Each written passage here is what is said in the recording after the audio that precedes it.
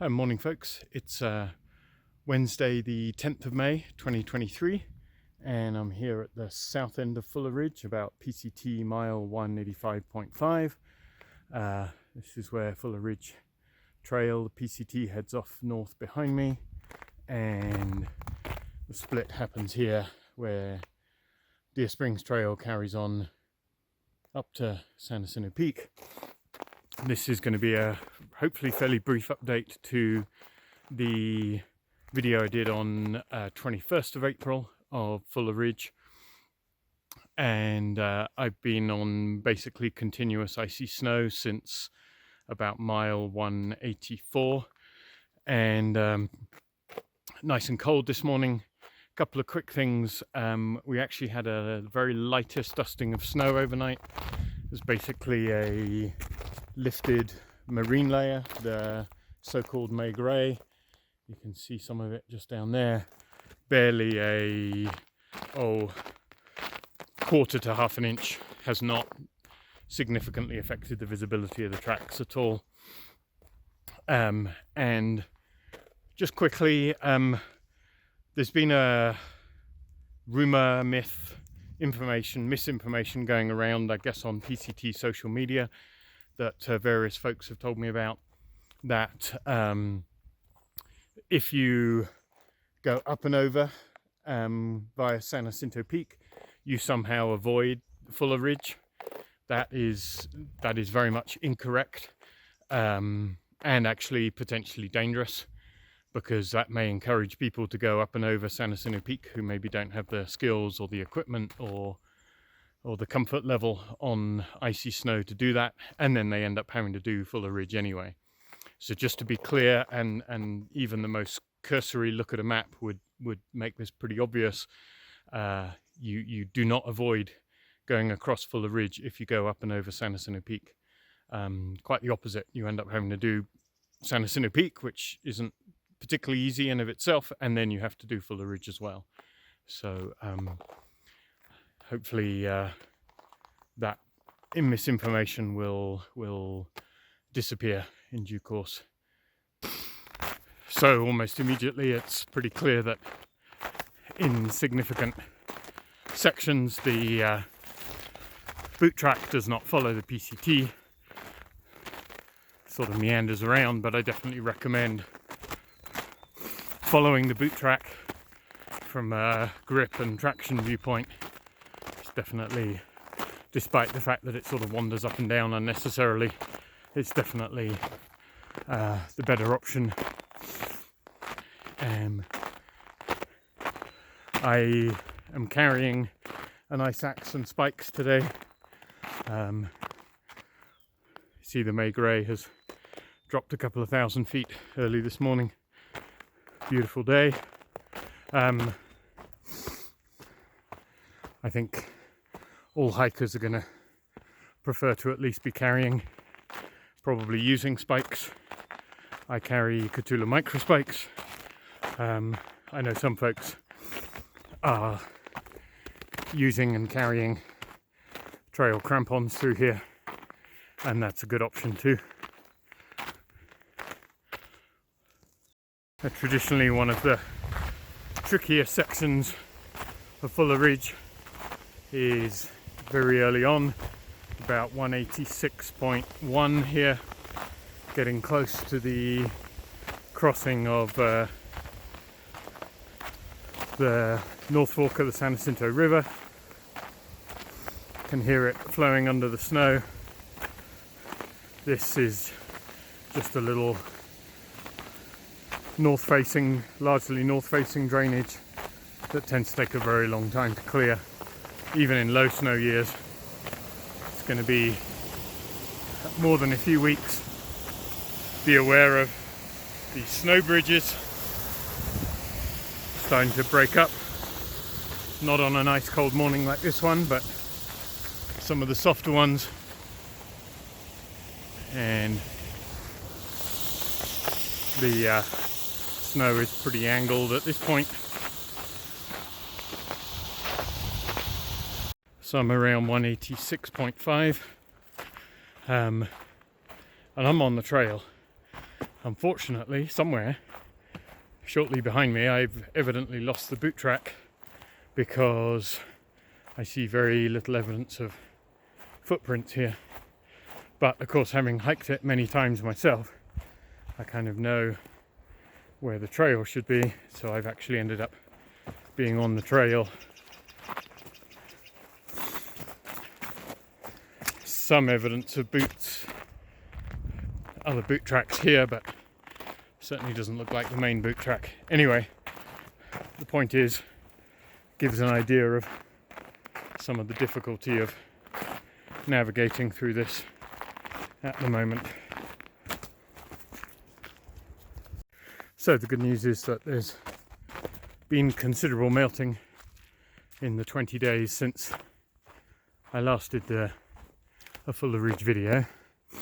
Nice piece of the PCT right here. The slightly more complicating news is that as these different pieces of the trail get exposed, people who are on the boot track are seeing these pieces and trying to put in additional boot tracks to sort of connect through to link in these various pieces. The snow's so heavily drifted, as you can see, there's a lot of these quite substantial drifts hiding bits of the trail. So in places, I've noticed already there's more than one boot track. So although ultimately they probably all end up in the same place, again, hate to sound like a broken record, but some pretty cautious navigation is required, and just paying attention to the surroundings. In the video from 20 days ago, I referenced how this PCT post here at about mile 187 was covered up. As you can see, it's now exposed by about a good 18 inches, and the boot track, predominant boot track at least at the moment, continues north following the PCT. Around 187.5, and up on the ridge, been up on the ridge basically since the yellow post, and the boot track is not prominent, pretty reliable. The good news is, in general, it is largely following the trail, but if that kind of navigation is not for you, then right now the Black Mountain Road alternate is probably the preferred option for getting around Fuller Ridge rather than going over it.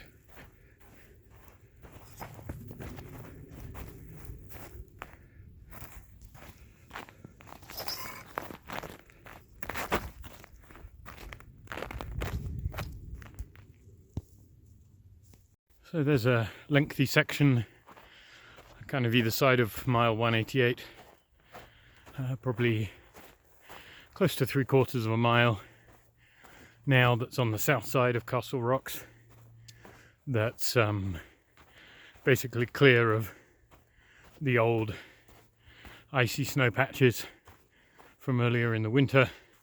Just got this sort of light dusting of a 1/4 inch, 1/2 inch from last night. So then, starting at about mile 188.5, where you get one of my favourite views of the Sanderson High Country, the northwest flank of Folly Peak there.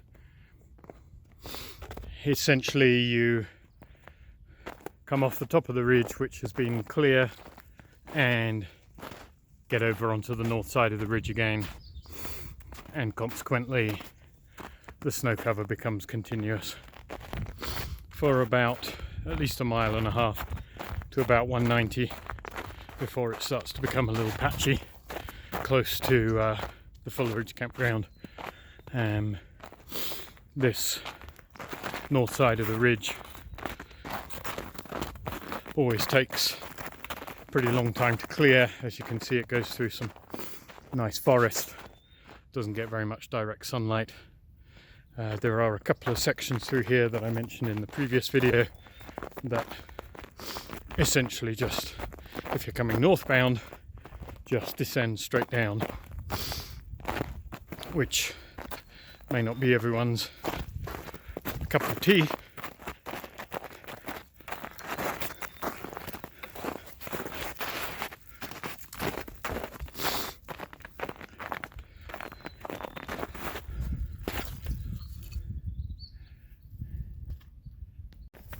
Although the snow cover is continuous and still pretty deep between 188.5 and about 190, as you can see, most of the track is relatively well made. It's not going across particularly steep angled terrain. This morning at least it is solidly icy, but nothing too intimidating.